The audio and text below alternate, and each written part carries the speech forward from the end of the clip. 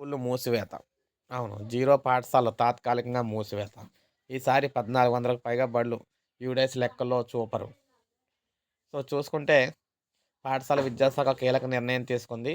రాష్ట్రంలో విద్యార్థులు ఒక్కరూ లేని జీరో ప్రభుత్వ పాఠశాలను తాత్కాలికంగా మూసివేయనున్నారు. వాటిని ఈ విద్యా సంవత్సరం 2025, 26 నుంచి ఏకీకృత జిల్లా పాఠశాల విద్యా సమాచారం యూడైస్ గణాంకాలు చూపించరు. ఈ మేరకు పాఠశాల విద్యాశాఖ కీలక నిర్ణయం తీసుకుంది. ఒక్క విద్యార్థి కూడా లేని ప్రభుత్వ పాఠశాలలో దేశంలోనే తెలంగాణ ప్రథమ స్థానంలో నిలిచింది. 2024, 25 విద్యా సంవత్సరం లెక్కల ప్రకారం రాష్ట్రంలో 2245 జీరో పాఠశాలలున్నాయి. పాఠశాల విద్యాశాఖ పరిధిలోనివే 2000కి పైగా ఉన్నాయి. వాటిలో 1441 చోట్ల పిల్లలు లేరు. టీచర్ పోస్టులు లేవు. మరో 600 పాఠశాలలో విద్యార్థులు లేరు. టీచర్ల పోస్టులున్నాయి. ప్రస్తుతానికి 1441 బడులను తాత్కాలికంగా మూసివేస్తున్నారు. పాఠశాల విద్యాశాఖకు సంబంధించి ఈ 600 పాఠశాలపై అలాగే మిగతా శాఖల పరిధిలో దాదాపు 200 జీరో బడులకు సంబంధించి నిర్ణయం తీసుకోవాల్సింది. వాస్తవానికి తాత్కాలికంగా మూసివేసిన అనకూడదు.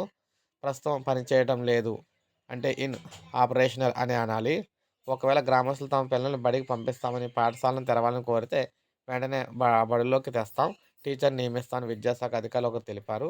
మారుమూల శివారు తండాల్లో కూడా ప్రజలు కోరడంతో ప్రభుత్వం ఈసారి 200 వరకు పాఠశాలను కొత్తగా ఏర్పాటు చేసిందని గుర్తు చేశారు.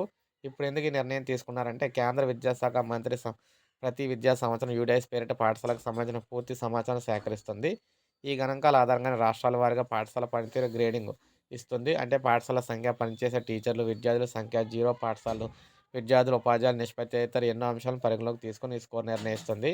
జీరో పాఠశాలలు ఎక్కువగా ఉంటే స్కోర్ తగ్గుతుంది. అందుకే దాదాపు అన్ని రాష్ట్రాలు జీరో స్కూళ్లను యూడైస్ గణాంకాలు చూపడం లేదు. 2024, 25 యూడైస్ ప్రకారం పశ్చిమ బెంగాల్‌లో 3812 జీరో బడులు ఉండగా, తాజాగా కేంద్ర ప్రభుత్వం పార్లమెంట్‌కు సమర్పించిన నివేదికలో వాటి సంఖ్య 1571గా చూపింది.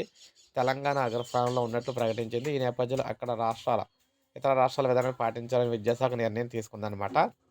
ఇప్పుడైతే 1400 స్కూళ్ళు అయితే మూసేస్తున్నారు తెలంగాణలోని. ఇది మనకు అప్డేట్. ఒక లైక్ చేయండి, సబ్స్క్రైబ్ చేసుకోండి. మన ఛానల్ సబ్స్క్రైబ్